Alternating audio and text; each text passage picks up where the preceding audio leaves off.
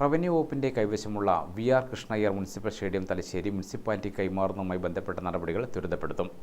നിയമസഭാ speaker N. ഷംസീറിന്റെ അധ്യക്ഷതയിൽ സ്പീക്കറുടെ ചേംബറിൽ ചേർന്ന യോഗത്തിലാണ് ഇതു സംബന്ധിച്ച് തീരുമാനമെടുത്തത്. കായിക പ്രവർത്തനങ്ങൾക്ക് മാത്രം ഉപയുക്തമാക്കുക എന്ന കർശന വ്യവസ്ഥയോടെ 30 വർഷ കാലാവധിയിലാണ് സ്റ്റേഡിയം മുനിസിപ്പാലിറ്റി കൈമാറുക.